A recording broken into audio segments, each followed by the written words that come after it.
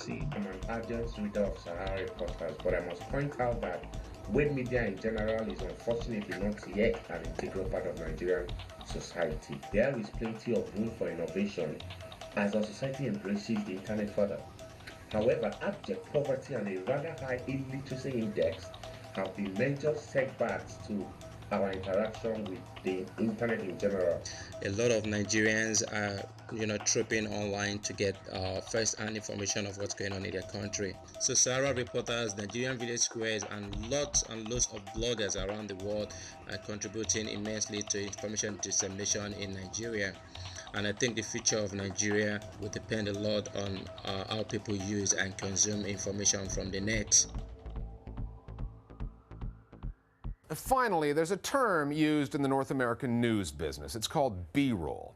It often refers to the stock footage that is used and then reused as visual wallpaper in television news reports. Now, B-roll can be scenic shots for tourism stories. It can be retail shots for stories about the economy, or crowded sidewalks to illustrate pieces on public opinion. Many TV outlets have their own B-roll library, but sometimes they will buy the footage from outside production companies. Here's a spoof sales pitch, our web video of the week, from a fake production company that's peddling some raw material that has a familiar look to it. We'll see you next time at The Listening Post. Do you need shots of ordinary people doing things for your next commercial? We got that B-roll. We got that B-roll. Two men pointing at an office file? We got that B-roll. Bored man flipping through channels? We got that B-roll. Angry man in traffic? Yeah, we got that B-roll. What do you want him to wear? Casual? Upscale casual? Business? We got that B-roll. Why does he look so upset? Maybe he's late for work. Nope, he's at work. He's a B-roll actor. Think that's all the B-roll we got? Not even close. Overwhelmed man trying to pay bills? Yeah, we got it. Frustrated man looking for a job in the paper. You know we got it. And lunch meeting success. Hey, look, that's me. I like my B-roll so much I'm in it. Kirk Gibson hitting a game-winning home run in the '88 World Series. No! That's too specific. That is not B-roll.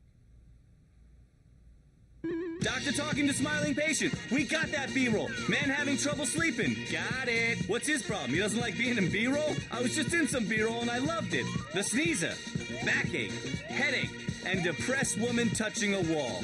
Why is she touching the wall? I don't know. That's what depressed people do, right? Don't judge the B-roll. Listen, we got all that B-roll and thousands more. We got that B-roll. You know we do. To order your B-roll, call 1-800-BBB-ROLL. That's 1-800-BBB-ROLL. Call now.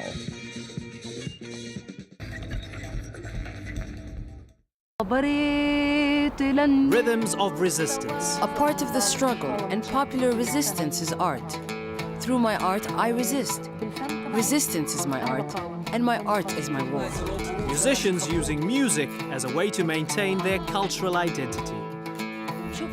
I believe that when I sing to the world, I portray Palestine through my voice, my singing, and my songs. Songs from the lost homeland. At this time, on Al Jazeera. What Gaddafi has done, he dismantled or destroyed the system in the country. As chaos and violence sweep across Libya. They're living through fear, they're living through a nightmare. They're using ammunition, live ammunition. Al Jazeera hears from those who have lived in fear of Gaddafi's regime. We don't want him to leave. We want to arrest him. 42 years is too much. Libya, a state of terror. At this time on Al Jazeera. Leaders are remembered, be they loved or feared. Alone they are inscribed on the pages of history. But what of the men and women whose hands build their monuments and whose blood stains their battlefields? The people who, against all odds, wield the power to reshape history. People in power at this time on Al Jazeera. It was a revolution which ended half a century of autocratic rule and inspired a wave of public protest that swept across the Arab world. Internet, Facebook, Twitter, they were not the revolution. In an exclusive two-part documentary, Raghi Omar traces the roots and repercussions of this uprising and examines why 23 years of dictatorship fell in only 28 days. The Death of Fear, at this time on Al Jazeera. See the world from every angle and every side. Al Jazeera.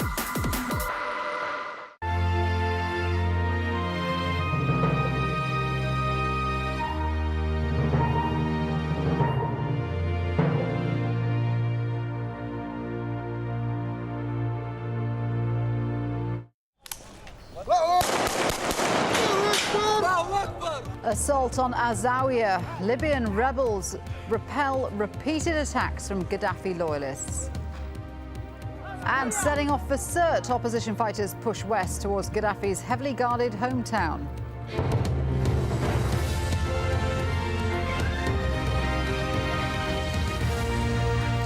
I'm Shiri Ghosh and you're with Al Jazeera live from Doha. Also coming up, Egyptians turn their anger on the former interior minister and storm state security buildings. Bloody battles as peacekeepers and government forces seize back key positions in the Somali capital. And we speak to the so-called hacktivists targeting corporations and governments around the world.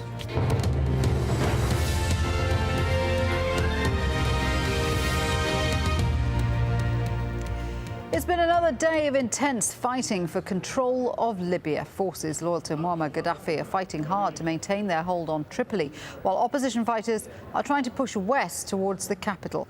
Scores of people have died in the clashes. Now France and Britain are trying to get a UN Security Council resolution to impose a no-fly zone in Libya.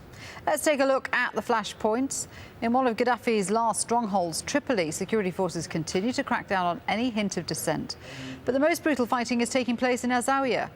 On Saturday, armed opposition groups repelled 2 fierce attacks from Gaddafi's forces. At least 30 people are thought to have been killed. A Libyan jet fighter has crashed near the eastern oil port city of Ras Lanouf, which is under opposition control. Rebels say they shot it down. In Benghazi, where the uprising began, more than 17 people were killed when an ammunition depot exploded. Opposition fighters say pro-Gaddafi forces attacked the depot. Lawrence Lee looks at the ongoing battle. One of the big debates during this conflict has been to do with the strength of the Libyan army, and pictures like this have been rare. This is the brigade trying to retake the town of AlJazeera, not far from Tripoli, where the fighting has been ferocious. Residents have claimed indiscriminate fire by the army. Soldiers loyal to Gaddafi say this is one fight they're winning. With God's will, we are controlling the entrances and exits of AlJazeera. They cannot get out of the town, and they will not be able to do anything anymore. We are controlling it, and we will control more.